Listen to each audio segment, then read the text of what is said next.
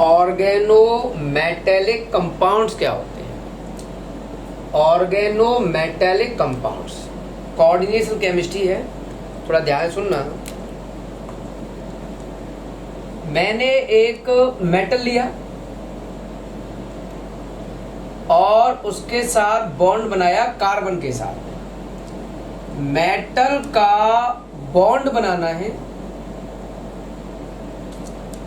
किसके साथ? कार्बन के साथ। हो सकता है ये सिग्मा बॉन्ड हो इन दोनों के बीच में, हो सकता है मेटल और कार्बन के बीच बॉन्ड पाई बॉन्ड हो,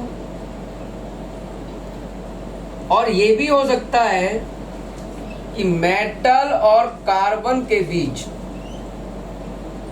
सिग्मा और पाई दोनों बॉन्ड प्रेजेंट हो। तो ऐसा ऑर्गेनिक कंपाउंड जिसमें मेटल कार्बन के साथ डायरेक्टली जुड़ा हो, मेटल कार्बन के साथ डायरेक्टली जुड़ा हो, उसे हम ऑर्गेनोमेटेलिक कंपाउंड कहते हैं। ये 3 तरह का होता है। फर्स्ट टाइप है जिसमें हम बोलते हैं sigma bonded organometallic compound. Second type का होता है पाई बॉन्डेड ऑर्गेनोमेटेलिक कंपाउंड, और थर्ड होता है sigma and pi bonded organometallic compound. तो 3 तरह के ऑर्गेनोमेटेलिक कंपाउंड हो सकते हैं। ऐसा कंपाउंड जिसमें मेटल कार्बन के साथ डायरेक्टली जुड़ा हो, उसे बोलते हैं हम ऑर्गेनोमेटेलिक कंपाउंड। सबसे पहले हम बात करते हैं सिग्मा बॉन्डेड ऑर्गेनोमेटेलिक कंपाउंड की। इसमें मेटल और कार्बन के बीच सिग्मा बॉन्ड होता है, तो ऐसे कंपाउंड को हम बोलते हैं sigma bonded organometallic compound. Example समझ लो, एग्जाम्पल आपको लर्न करने पड़ेंगे। पहला एग्जाम्पल है ग्रिगनार्ड रीजेंट। इसका फॉर्मूला होता है RMgX, जैसे CH3 MgCl। R की यहाँ पे लिख दिया हमने CH3 MgCl।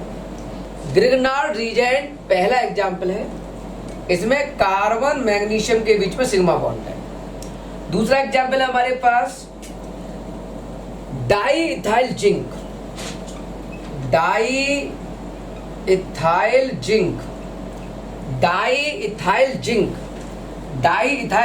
CH3 CH2 होता है, इथाइल डाई मतलब 2, और यहां लिख दिया हमने ZN। तो ये कार्बन और ये जिंक के साथ बॉन्ड, डाई इथाइल जिंक। तीसरा है टेट्रा मिथाइल टिन। लर्न करने पड़ेंगे। Tetra methyl tin. टेट्रा मतलब 4, मिथाइल मतलब CH3 का ऑल 4, टिन मतलब SN। Tetra methyl tin. इसके अलावा हमारे पास है नॉर्मल ब्यूटाइल लिथियम।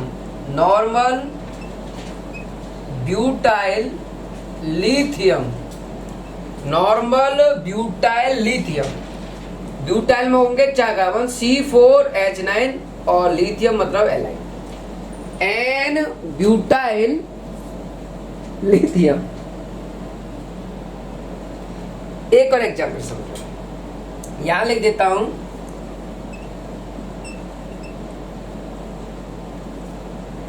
हमारे पास अगला एग्जाम्पल हमारे पास टेट्रा इथाइल लेड। रटने पड़ेंगे एक तरह से। C2H5 मतलब इथाइल, 4 मतलब टेट्रा, और लेड मतलब Pb। Tetra ethyl lead. Okay, ये एग्जाम्पल बहुत इंपॉर्टेंट है, आगे काम आएगा। उसके बाद ये सारे एग्जाम्पल्स हैं किसके? सिग्मा बॉन्डेड के। तो उसमें कुछ खास नहीं है, मेटल डायरेक्ट कार्बन से जुड़ा है। तो उसको हमने नाम दे दिया सिग्मा बॉन्डेड। अब दूसरा एग्जाम्पल हम पढ़ने वाले हैं पाई बॉन्डेड। पाई बॉन्डेड का क्या कंसेप्ट होगा वो देखते हैं। हमारे पास है ये सेकंड केस है, पाई बॉन्डेड ऑर्गेनोमेटेलिक कंपाउंड। मेटल और कार्बन के बीच में पाई बॉन्ड होगा तो उसे बोलेंगे हम पाई बॉन्डेड ऑर्गेनोमेटेलिक कंपाउंड। इसको एग्जाम्पल दिया हो और फिर पूछे ये पाई बॉन्डेड है या नहीं, तो इसको पहचानने का आसान तरीका है, इसमें इस तरह से वर्ड आता है ईटा, इस तरह से एक वर्ड आता है ईटा। अगर ये फॉर्मूले में आ रहा है तो समझ लो पाई बॉन्डेड है। चलो मैं एग्जाम्पल बात कर रहा हूं। पहला एग्जाम्पल है हमारे पास, पहला एग्जाम्पल है जील सॉल्ट, ZEI और SEL, जील सॉल्ट। जील सॉल्ट का फॉर्मूला लिख रहा हूं मैं। जील सॉल्ट का फॉर्मूला है मेरे पास के, ब्रैकेट में लिख रहा हूं PtCl2 और ब्रैकेट ईटा, इस तरह से लिखेंगे ईटा स्क्वायर डैश C2H4, रटना पड़ेगा एक तरह से। जील सॉल्ट का फॉर्मूला है KPtCl2 ईटा स्क्वायर C2H4। सर ये स्क्वायर का क्या मतलब है? यहां स्क्वायर का मतलब होता है कि मेटल दो कार्बन से जुड़ा है। प्लेटिनम मेटल है, ये जुड़ा है दो कार्बन से, मेटल जुड़ा है दो कार्बन से। ये इस ईटा से पता चलेगा, स्क्वायर मतलब मेटल जुड़ा है दो कार्बन से। और क्या हो सकता है एग्जाम्पल? दूसरा एग्जाम्पल मेरे पास फेरिसीन, FERRICENE, फेरिसीन। इसका फॉर्मूला लिख रहा हूं मैं और इसका डायग्राम भी बनाता हूं। इसका फॉर्मूला है Fe, ब्रैकेट के अंदर Fe ब्रैकेट ईटा की पावर 5 और C5H5, ठीक है, का होल ट्वाइस, इस तरह से। ये है फेरिसीन का फॉर्मूला। इस फेरिसीन को हम ऐसे भी बनाते हैं, एक पेंटागोनल बनाओ, एक पेंटागोनल नीचे बना लो और ये हो गया Fe, इस तरह से। तो ये हो गया फेरिसीन का डायग्राम। एक और एग्जांपल हमारे पास di benzene chromium, dibenzene chromium, dibenzene chromium. इसका फॉर्मूला लिख रहा हूं मैं यहां, क्रोमियम ब्रैकेट ईटा 6 और C6H6, ठीक है। ये हमारे पास फॉर्मूला है और यहां कर जाओ होल ट्वाइस। तो ये हो गया फॉर्मूला डाईबेंजीन क्रोमियम का। और इसका डायग्राम हम मानेंगे, ये बेंजीन मानेंगे इस तरह से, ओके। और एक बेंजीन यहां नीचे मान लेते हैं और भी मैं लिख देता हूं, फिर चेक करूंगा आ रहा है कि नहीं आ रहा है। ये क्रोमियम बीच में आ रहा है, ठीक है। ये क्रोमियम बीच में रख दिया और ये दो बेंजीन हो गए, डाईबेंजीन क्रोमियम। ऑब्जेक्टिव क्वेश्चन में ये फॉर्मूला दिया होता है तो हम इस ईटा से पता कर लेंगे। अगर ये ईटा आ रहा है तो समझ लो पाई बॉन्डेड है, और नहीं तो आपको प्रॉब्लम होगी। क्वेश्चन आएगा जील सॉल्ट का फॉर्मूला लिखो, फेरिसीन का फॉर्मूला लिखो, तो आपको ये रटना पड़ेगा, लर्न करना पड़ेगा। मेटल का कार्बन के साथ जब सिग्मा बॉन्ड और पाई बॉन्ड दोनों हो, मेटल का कार्बन के साथ जब जुड़ा हो और सिग्मा पाई बॉन्ड दोनों हो, तो उसे बोलते हैं हम sigma pi bonded organometallic compound. इसमें मेटल के साथ CO जुड़ता है, मेटल के साथ जुड़ता है CO, कार्बोनिल कंपाउंड। CO को देखकर हम कह सकते हैं कि ये sigma pi bonded organometallic compound. पहले हम इसके एग्जाम्पल समझते हैं, फिर डिटेल में इसकी बॉन्डिंग की बात करेंगे, ओके। तो पहला एग्जाम्पल हमारे पास NiCO, कोबाल्ट नहीं है, ये कार्बन मोनोऑक्साइड है, कार्बोनिल बोलते हैं इसको, ऑल 4, NiCO का ऑल 4।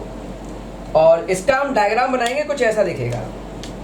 एक निकेल है, ओके, CO, एक CO इधर, एक CO यहाँ, एक CO यहाँ। तो ये अरेंजमेंट है टेट्राहेड्रल। तो इस अरेंजमेंट को नाम दे दिया हमने टेट्राहेड्रल, ओके।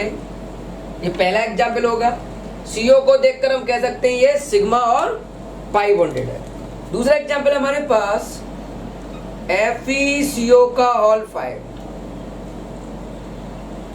FeCO का ऑल 5। इसका डायग्राम कुछ ऐसा होगा, एक Fe लो, बीच में Fe रख लिया हमने, ओके, और इस तरह से ट्रायंगल पर अरेंज करते हुए इस तरह से एक CO, एक CO, यहां CO हो गया, ये ट्रायंगल हो गया एक तरह से, और ऊपर नीचे CO। ये इसका डायग्राम है, और इसका डायग्राम का नाम है trigonal bipyramidal. Trigonal bipyramidal, okay. एक और एग्जांपल बता देते हैं हम, CrCO का ऑल 6, कोबाल्ट जो CO जो कंपाउंड है, CO जो है वो 6 है आपके, 6 मतलब ऑक्टाहेड्रल। तो ऑक्टाहेड्रल की शेप ऐसी होती है, ये क्रोमियम इस तरह से स्क्वायर पे 4 CO होंगे आपके, और एक CO ऊपर, एक CO नीचे। इस शेप को बोलते हैं हम ऑक्टाहेड्रल शेप। तो ये CO वाले एग्जाम्पल जितने भी हैं वो सब sigma and pi bonded organo metallic compounds हैं। और भी एग्जाम्पल उनके डायग्राम देख लेते हैं। हमारे पास और एग्जाम्पल है, लर्न ज्यादा करने की जरूरत नहीं है, आउट ऑफ है वैसे ही। Mn2 CO का 10, Mn 2 है, तो आप एक काम करो, एक Mn और ये दूसरा Mn, 2 Mn ले लो, दोनों को इस तरह से जोड़ दो आप पहले, ओके। टोटल CO आपको 5 इधर जोड़ने हैं, 5 इधर जोड़ने हैं। अब जोड़ेंगे कैसे उस पर ध्यान दो, एक CO इधर आ गया, एक CO इधर आ गया, ओके, एक CO ऊपर, एक CO नीचे, एक CO ऊपर, एक CO नीचे, ये हो गए टोटल 3। टोटल करने होते हैं 5 करने हैं, तो आप इस तरह से जोड़ सकते हो, एक CO इधर, एक CO, ओके। ऐसे ही यहां जोड़ लो इस तरह से, एक CO इधर और एक CO। प्रैक्टिस करनी है, इस तरह का डायग्राम होता है इसका। एक और एग्जाम्पल है, यहां लिख देता हूं उस एग्जाम्पल को, CO कोबाल्ट 2 और CO की पावर 8। कोबाल्ट है ये, कोबाल्ट 2 है और CO 8 है, तो 2 कोबाल्ट, तो 2 कोबाल्ट का डायग्राम बना दिया। ये कोबाल्ट हो गया और एक कोबाल्ट हो गया, 2 कोबाल्ट हो गए, 2 कोबाल्ट है और 8 है CO।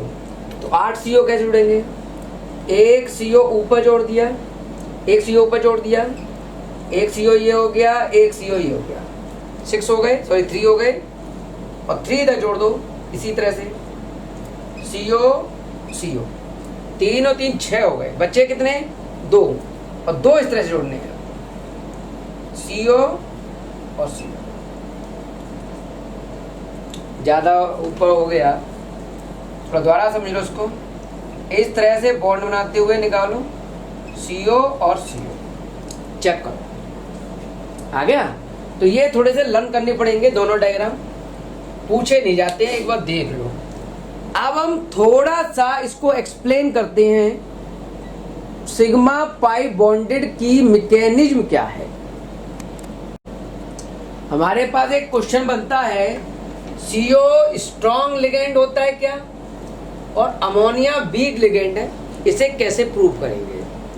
और साथ में एक sigma pi bonded organo metallic का डायग्राम बता के दिखाना है हमको। तो जरा ध्यान से सुनना।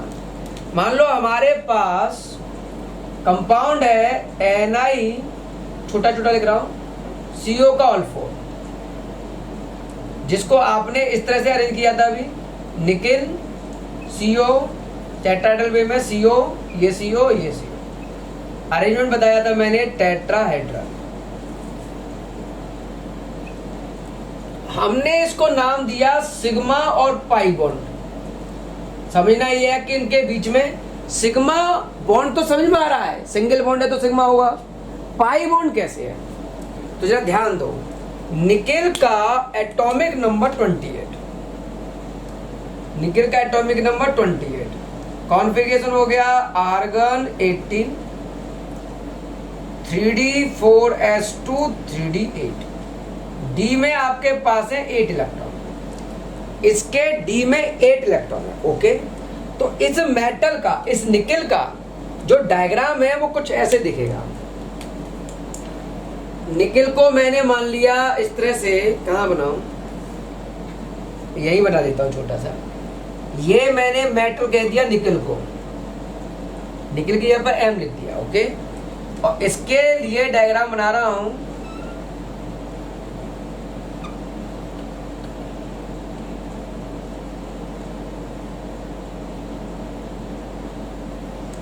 ये हो गया d ऑर्बिटल दिखाते हुए, इसके ये d ऑर्बिटल दिखा दिए। इस टोटल में 3d8 8 इलेक्ट्रॉन है, 2 इलेक्ट्रॉन तो यहां बैठे हैं, 2 इलेक्ट्रॉन यहां है, 2 इलेक्ट्रॉन यहां है और 2 इलेक्ट्रॉन यहां। ये जो एक्सिस है ये वाली, ये एम्प्टी है, empty d orbital, empty d orbital of nickel, empty d orbital of metal, nickel metal कह देता हूं, निकेल मेटल। ओके, कोई सा भी मेटल हो सकता है।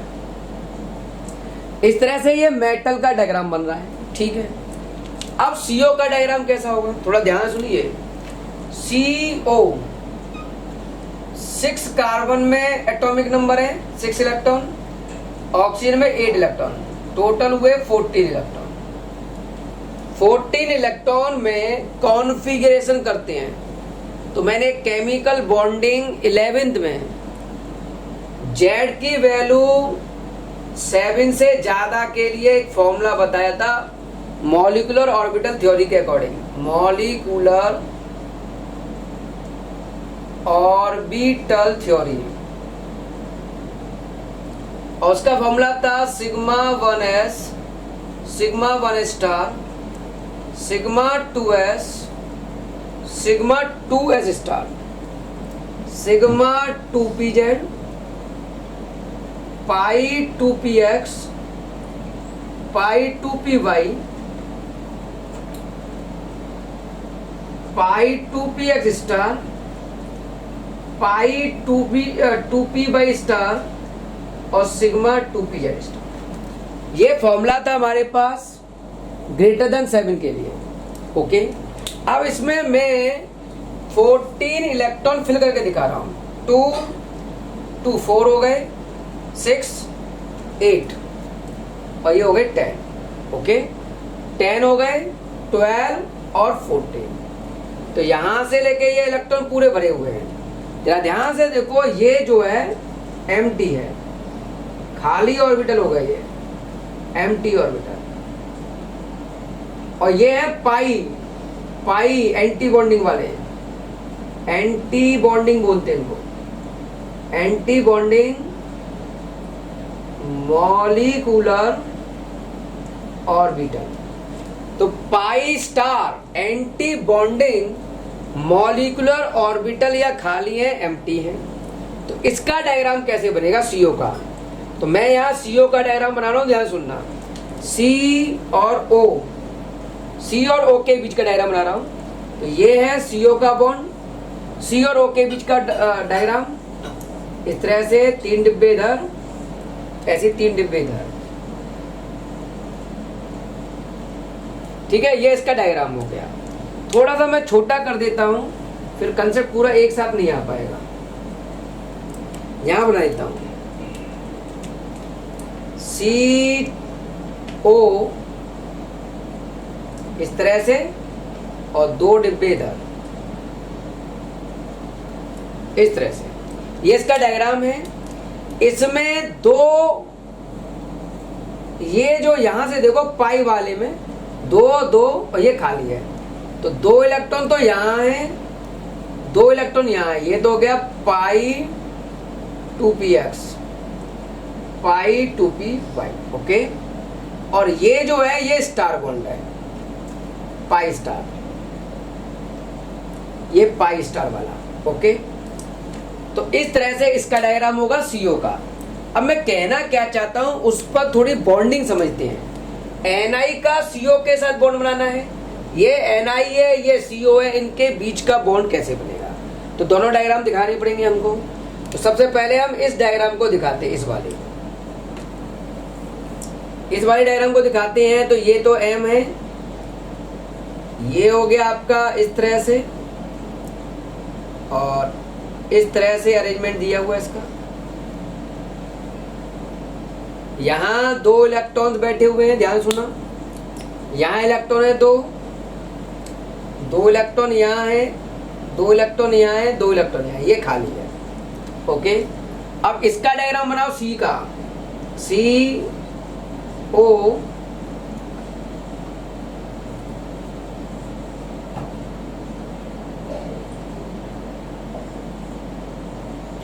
इस तरह से।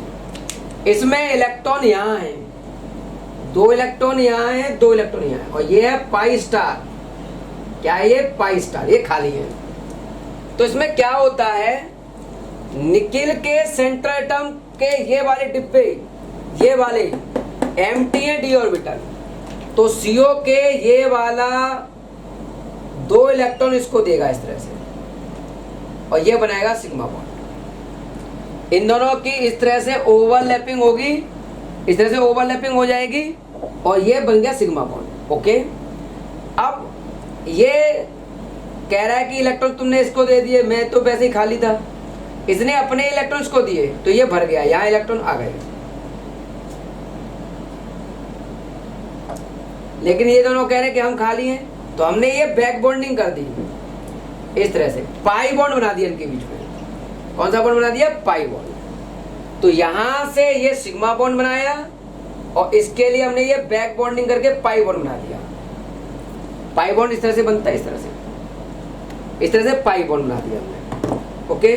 तो यहां इलेक्ट्रॉन का आपस में एक्सचेंज हुआ, इसने इसको दिए और इसने इसको दे दिए, तो यहां इलेक्ट्रॉन का एक्सचेंज हुआ आपस में, इलेक्ट्रॉन एक्सचेंज हो गए। तो जब इलेक्ट्रॉन ये वापस दिए गए ऐसे करके, इसको बोलते हैं, इस वाली कंडीशन को back bonding, back bonding, back bonding बनी। और इस बैक बॉन्डिंग की वजह से क्रिस्टल फील्ड स्प्लिटिंग एनर्जी बढ़ गई, और इसके बढ़ने की वजह से कंपाउंड की स्टेबिलिटी बढ़ गई। इस बैक बॉन्डिंग की वजह से क्रिस्टल फील्ड स्प्लिटिंग एनर्जी बढ़ गई, और उस कंपाउंड की स्टेबिलिटी भी बढ़ गई। तो हम यहाँ एक बात लिखना चाहता हूं मैं, यहाँ किसने किसके साथ बॉन्ड बनाया, तो मैं कहूंगा जो एम्प्टी डी ऑर्बिटल था निकल का, एम्प्टी डी ऑर्बिटल था निकल का, उसके साथ CO ने सिग्मा बॉन्ड बनाया इस 2 इलेक्ट्रॉन के द्वारा, ठीक है। और यहां से 2 इलेक्ट्रॉन बैक बॉन्डिंग की फॉर्म में पाई बॉन्ड बनाते हुए पाई स्टार को दिए गए। तो इसे थोड़ी सी लैंग्वेज में हमको शो करना पड़ेगा। तो मैं एक काम करता हूं, डायग्राम देख लिया आपने, मैं इधर का थोड़ा सा हिस्सा रफ कर देता हूं, ठीक है। ये मैंने थोड़ा रफ कर दिया, अब थोड़ा अच्छी तरह से समझना है। सबसे पहला पॉइंट, हमारे पास एम्प्टी डी ऑर्बिटल है, empty D orbital of metal, empty D orbital metal का, और इधर है CO के ये इलेक्ट्रॉन्स, CO के पास इलेक्ट्रॉन्स हैं, CO के पास 2 इलेक्ट्रॉन है, उसने एम्प्टी d ऑर्बिटल को इलेक्ट्रॉन दिया। CO एक लिगेंड है और लिगेंड अपने electron by coordinate bond empty d orbital को देता है और इनके बीच में बना सिग्मा बॉन्ड। ओके, अब पाई बॉन्ड किसके बीच में बना है? मेटल ने अपने 2 इलेक्ट्रॉन पाई स्टार बॉन्डिंग को दिए, तो हम कहेंगे जो फुल फिल्ड d ऑर्बिटल है, full filled d orbital, full filled d orbital of nickel, full filled d orbital था निकिल का, और वो है आपका स्टार वाला एंटी बॉन्डिंग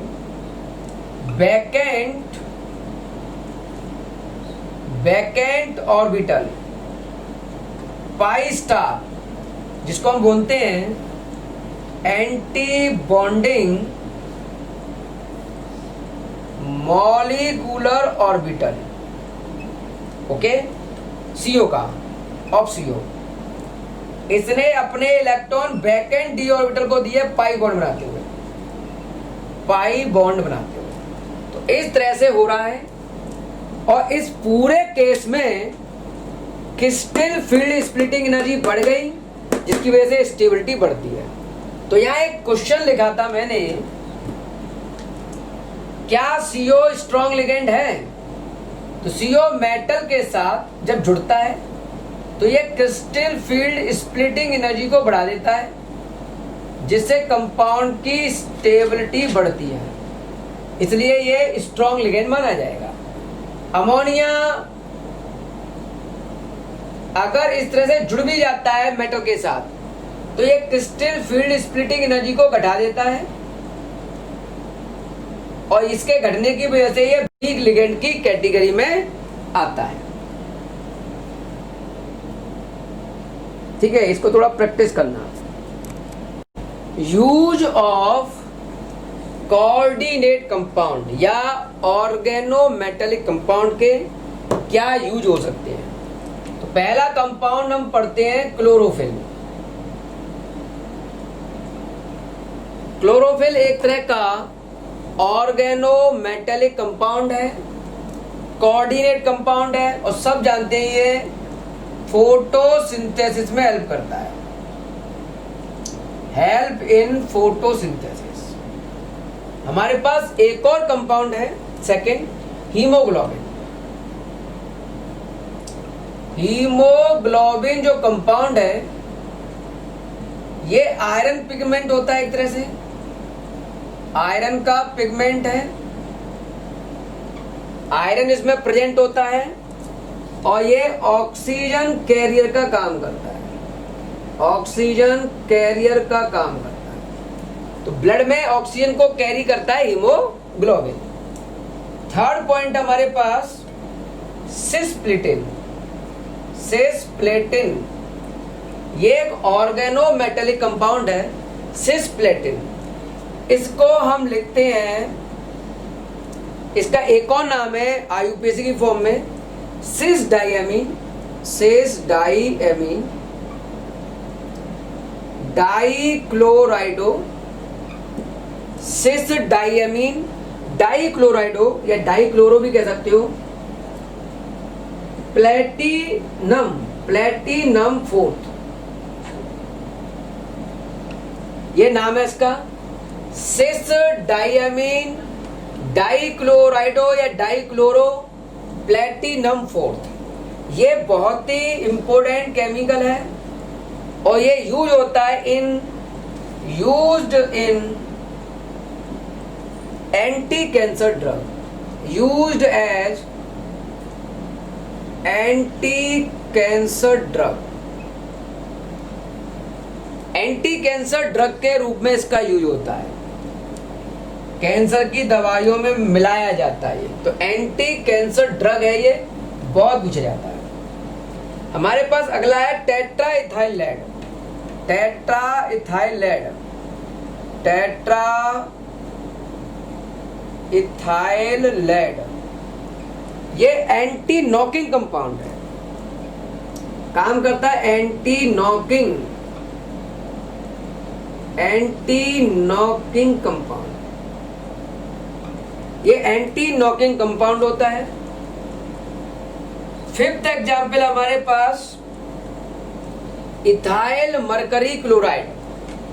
इथाइल याद करने है, mercury chloride, ethyl mercury chloride C2H5, ethyl mercury chloride C2H5HgCl। ये यूज होता है एज ए फंजीसाइड, फंजीसाइड की फॉर्म में यूज होता है, फंगस को मारने के लिए यूज होता है। पॉइंट नंबर 6, कुछ ऑर्गेनोमेटेलिक कंपाउंड कैटालिस्ट की तरह काम करते हैं, जिसमें पहला है Ziegler Natta catalyst, ZEI Ziegler, GLER Ziegler Natta catalyst. Ziegler Natta catalyst, इसका फॉर्मूला होता है TiCl4 टाइटेनियम टेट्राक्लोराइड। Ti मतलब टाइटेनियम टेट्राक्लोराइड प्लस C2H5 का all thrice aluminium, triethyl aluminium, triethyl aluminium, इन दोनों का मिक्सचर जिगलर नाटा कैटालिस्ट कहलाएगा। Ti मतलब टाइटेनियम टेट्राक्लोराइड और ये हो गया ट्राईइथाइल एल्युमिनियम। एक और कैटालिस्ट है, उसका नाम है विल्किंसन कैटालिस्ट,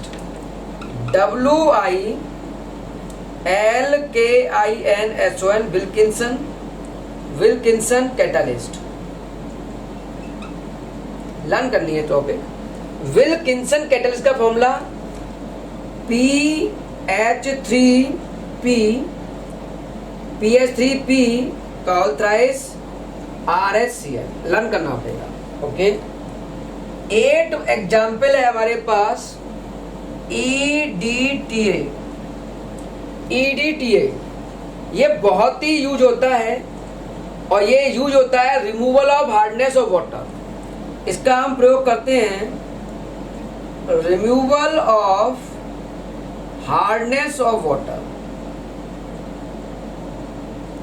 वाटर की हार्डनेस को दूर करने के लिए, परमानेंट हार्डनेस वगैरह जो होती है उसको दूर करने के लिए इसका प्रयोग किया जाता है।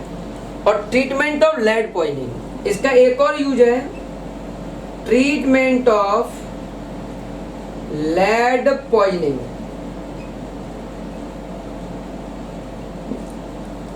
कोई अगर लेड पॉइजनिंग कर लेता है, पी भी खा लेता है, तो उसको बाहर निकालने के लिए हम प्रयोग करते हैं EDTA।